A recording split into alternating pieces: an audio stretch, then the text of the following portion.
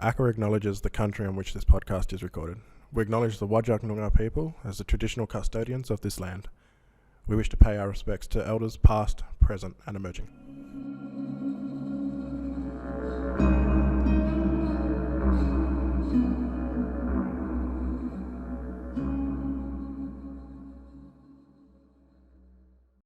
So, welcome back to Mob Pod. Ash, we have some company today. Yes, we do. So today we're joined by my brother Joel and my sister girl Bubba.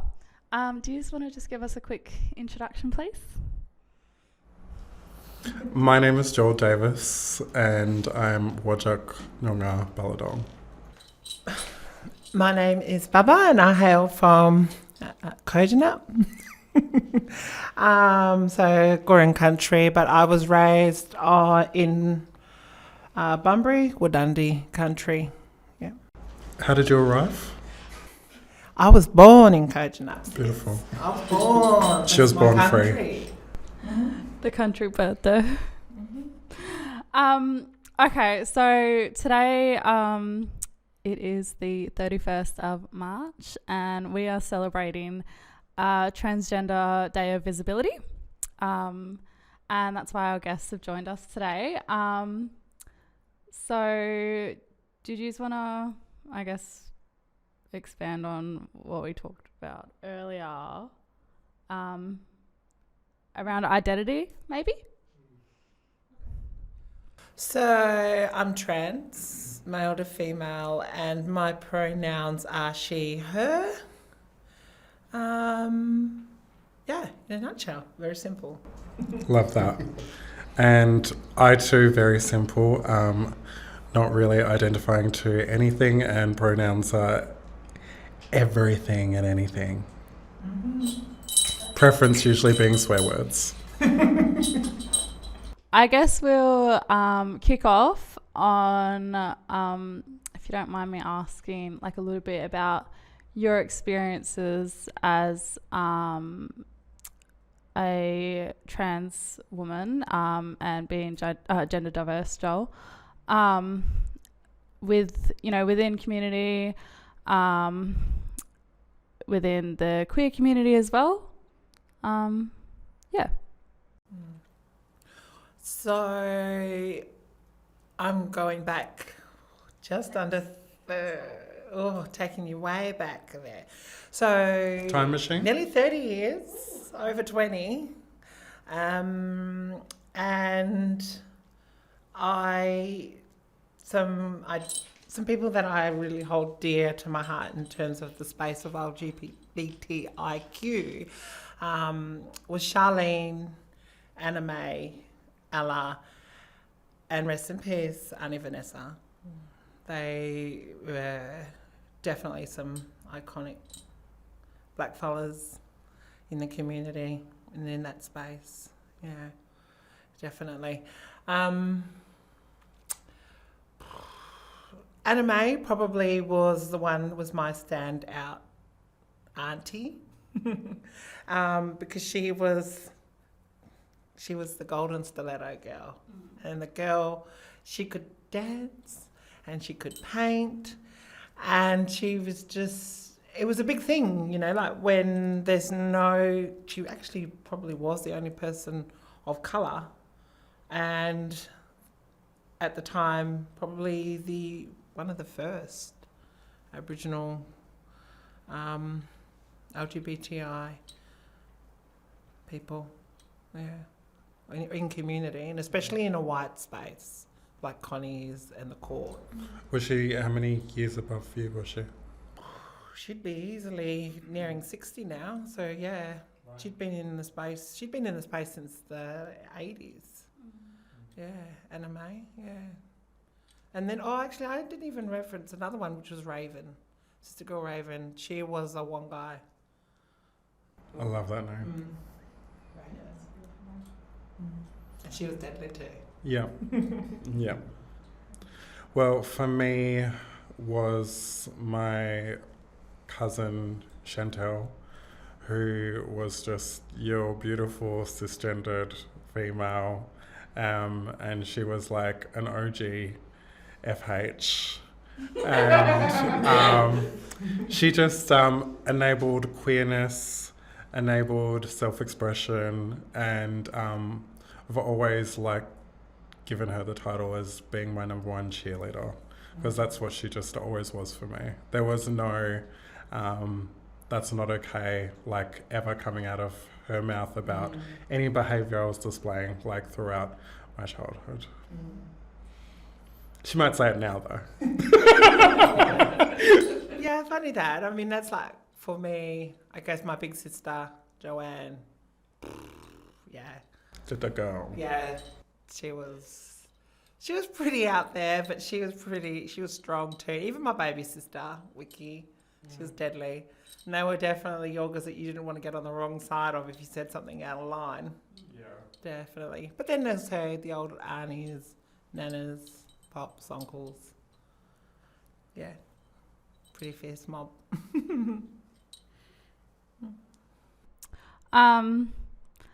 So I guess it's like you've had these allies in your life, before allies was even a word back then, I know. What has your experience been like in the queer community as Indigenous queer mob? Can we just go there? Yeah, just go there, bub. Go on there, bub.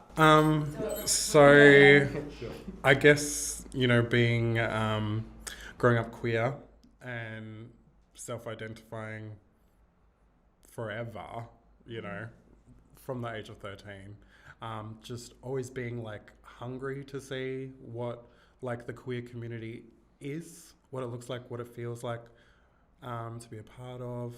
So like when I went to my first gay nightclub, I got there and it was like, it was just, unfortunately, it wasn't what she was building up in her mind. And I think that really was about the reflection of the time that we were in as well. Like, I mean, this was the time of Will and Grace. That was our queer representation on mainstream television. And so, that affects like how we are on a societal level, So, it was just very, very white queer space. And for me, it was just like, I don't feel like I'm fitting in or belonging here. Yeah. My experience, because it's a long time ago, like 90s. Anyway, like I remember my first time, I was really young. So like you could get into the clubs when you were really young. How young? Like 13. Yeah. And like if you're an adult like me, you can They just play it up your mum. Annabelle. But yes. but the first time I went out, and I actually was with my older brother, and went out with some of his cobbers, from the scene. And I remember I went in there, and then on one end of the bar at Connie's, there was their mob. So it was Charlene, Ella, Raven, Anna May, and rest in peace, Auntie Booker. It was an old Islander queen who, if you were around in those days, you knew who Auntie Booker was. You even knew who Anna May and Raven were, and Charlene and Ella. And I just remember just being like, whoa, because they were loud, the language was just filth, but it was too lovely to my ears. But they were just there in their own little corner, and then they were like, hey, come here, bub. I went over there, and after that it was all over. It was all high kicks and pirouettes and sachets. And I can't remember the 90s apart from that. I'm real old now. I'm old girl now, my memory is failing me. So are you an auntie in the community now? Queen Mother, you mob. Queen Mother. Do young people look at you like that now? Like, hey, who's this? No, you know how they look at me? They look at me and be like, who's this wannabe? Who's this Johnny come lately? No, they don't. Or I think they might be a little bit scared because, the mouth. She's very harsh. Very, very quick, too. Yeah, well, that was a sign of the times too, you mob. You had to be quick. You had to be quick and deadly. Yeah. Yeah, that was mine. And then after that, I don't know, all of a sudden I found my people, That's definitely what it was. But I had people, my people outside of, the LGBTIQ community. But they were definitely people that when you went out, you knew you were right. And they used to call it the march. So once the court closed, everybody used to gather in a big group and we'd all walk across to Connie's because it was unsafe. But, having the old aunties like Anna May and that, and they were, black and deadly, they weren't afraid to have a fight. But, but you knew too that if you were with them mob, you were right as well, because you just head up, tits to the wind and walk. That's what it was. It was, and you walk. What about you, Joel? When did you, I guess, have your moment of, I found my people? Luckily it keeps happening. But I think it definitely took some time. I think it happened, actually no, I know exactly when it was. So it was 2 years ago. 2020? Yes. Thanks. Thank you. Yes. COVID makes everything a blur. Yes. And then I saw an event online and it was Decolonize Pride.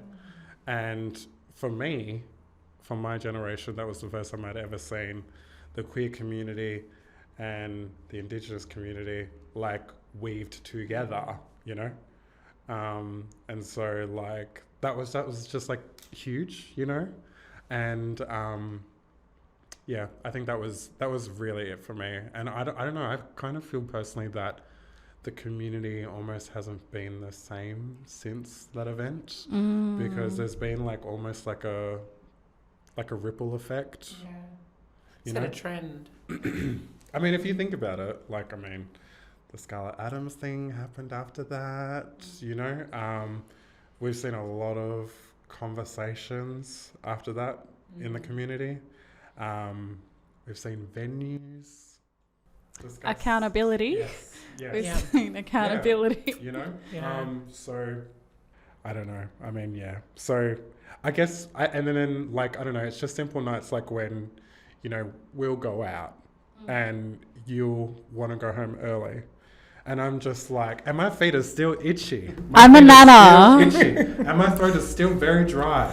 And I'm just you know what? I love you, but I think I'm going to stay.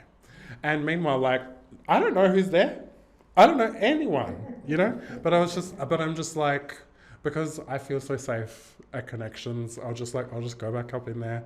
And eventually, someone will walk through that door. And then that's it. I'm good. I'm good for the whole night. I would never make you leave church early. No, and it is church. We love church and Sunday school. Well, really, let's be honest. Connie's is Sunday school. Yes. Court is or was the church. Yeah. Was. Yeah. What do you think? So we're talking about accountability and that happening in community. What do you see in the queer community and the black community that you think is contributing to mob being able to feel more safe? Separately, what are the communities doing? Yeah. because I feel like, you know, we're starting to see more things where they're coming together, like you mentioned, and now we have these queer black spaces where mob can feel comfortable and safe. Okay, well, I'll start quickly just with, like, I feel like 10 years ago we weren't seeing the Aboriginal flag, the Australian flag, with the LGBTQI plus flag. You know what I mean? So just that, and like walking into an Indigenous organisation and seeing that flag is important. Yeah.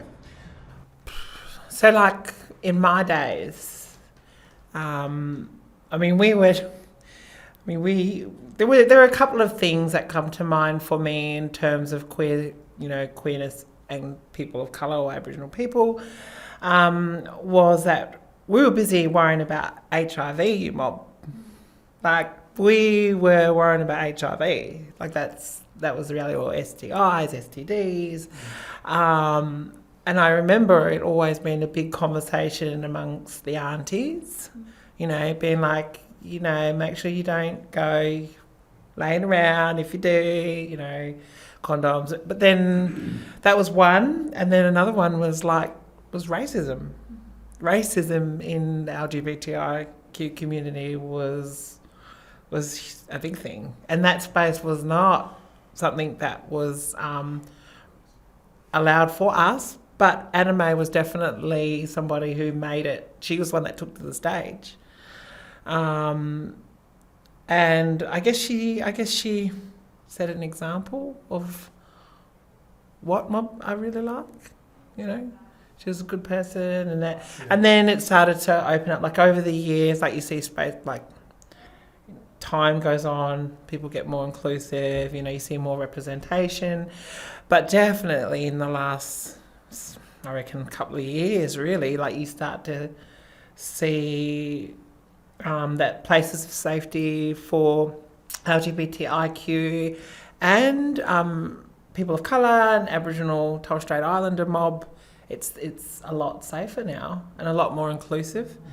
And there's so much more visibility, you know, and people are like yarning about these things, you know, like, and how they identify, and in terms of, you know, sexuality and gender, and that was something that a lot of us kept, you know, like, we used to put it in a box and put it away, unless you were with your safe people, you know.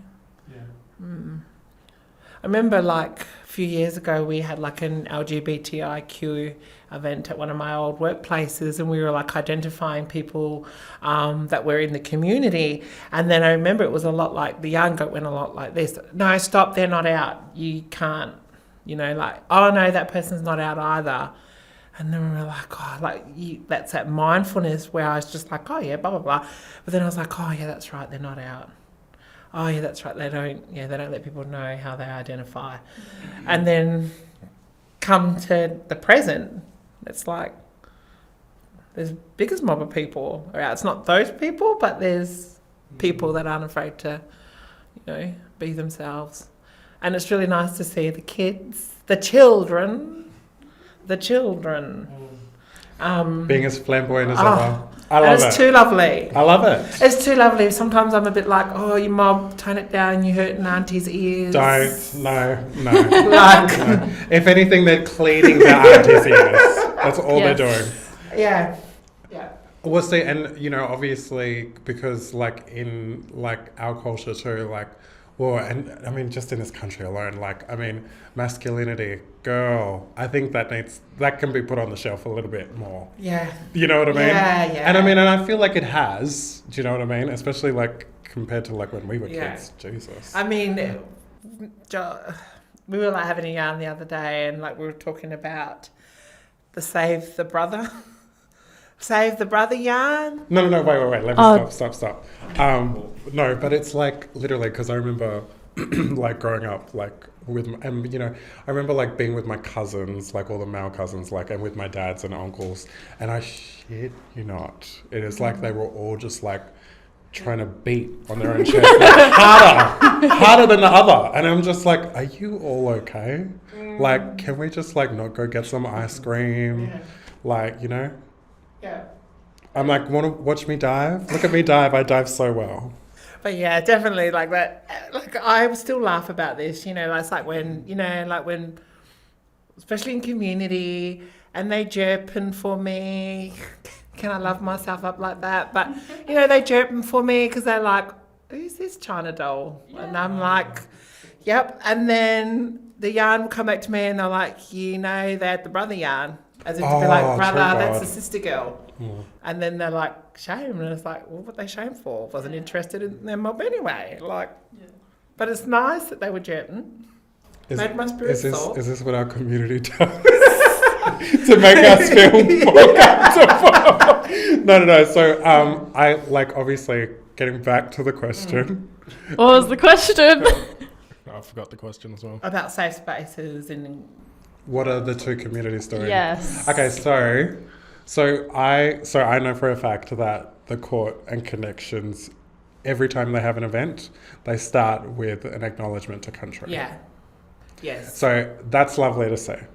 Yeah, it is deadly. Like, it does. And when you're hearing it and you're seeing it, and I mean, even like the fact too that, you know, like First Nations mob, I know at the Connies, you know, First Nations mob can usually get in for free, you know, or maybe certain events. First But Nations yeah. free. I think that's I think they will if be you after they hear know. this. Well, yeah. But Bubba said.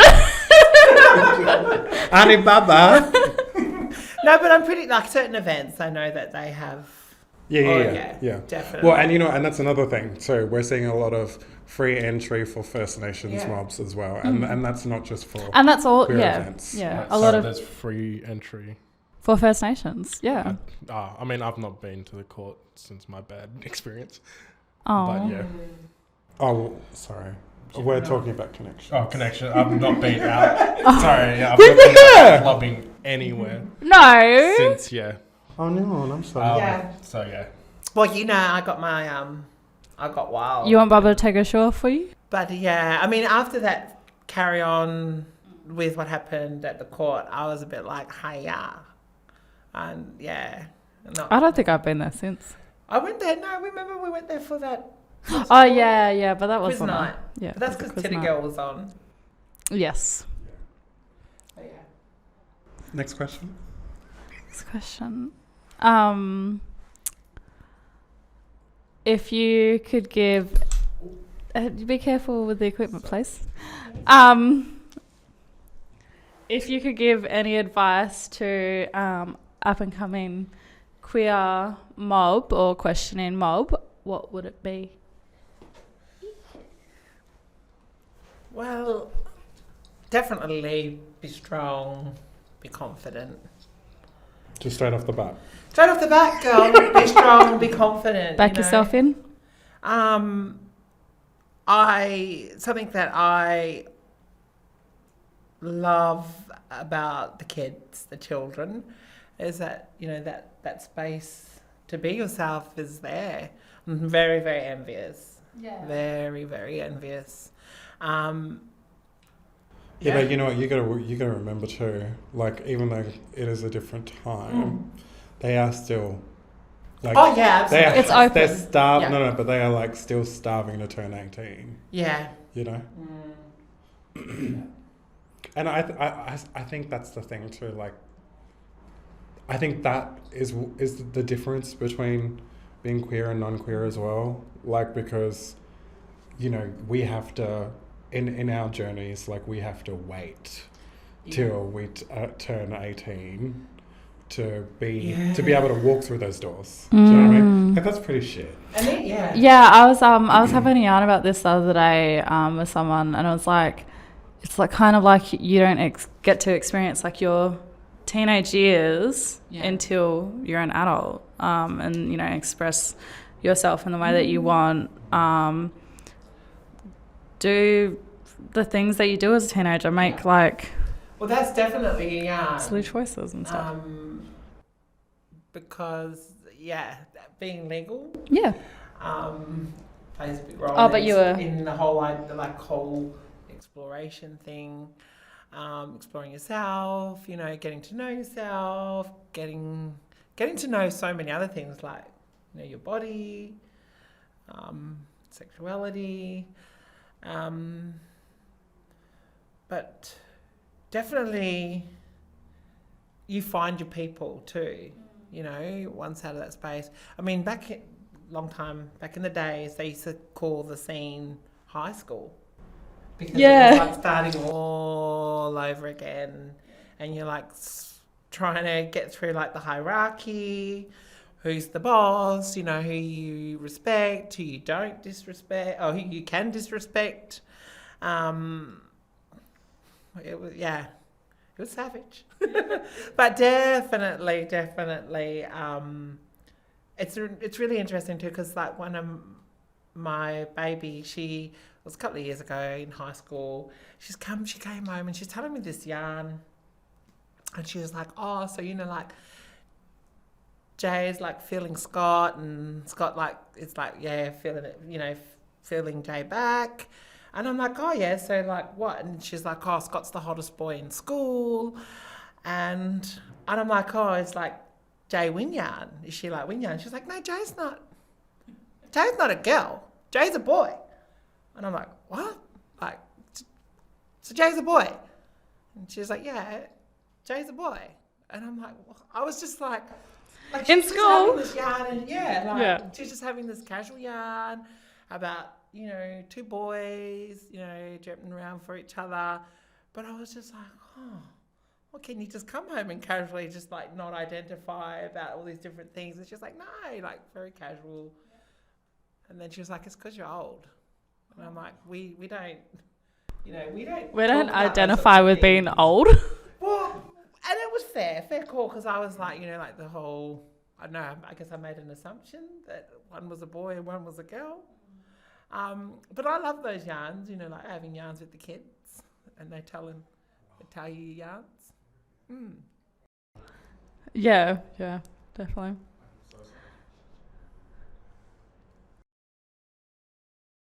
My advice would be just to be yourself every day,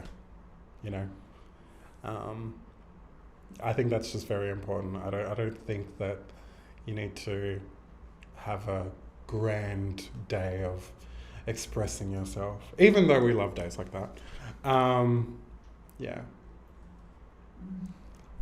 We do love those days. Yep. Yeah, be strong. But I don't even know if I would say it for the kids. Like I'm coming for the parents, and the aunties and uncles, and what do you have to say to them? Love your babies, regardless of what community think, or what people think of you and your family and your mob. Protect them and stand by them. Well, that should maybe be weaved into the talk, maybe. Yeah. I mean, I don't think I would have gotten this far if I didn't have strong supports around me.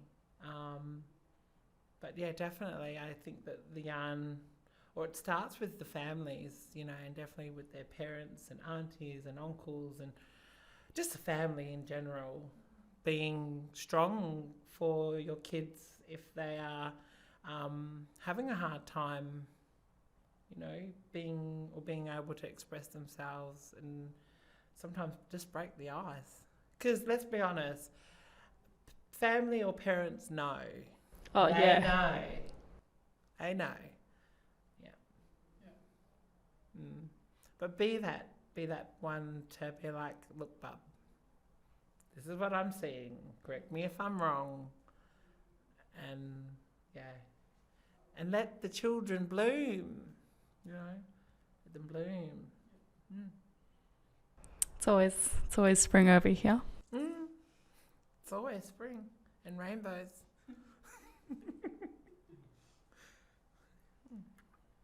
Awesome. I think that's quite it for, unless there's anything else that you had. I don't think I have anything. Thank you for coming in today and having a yarn with us and sharing with us.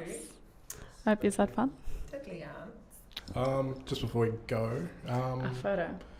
yeah, we'll take some photos, just promo stuff. But also, yeah, tune in next week for the next podcast. Absolutely. Catch us next week.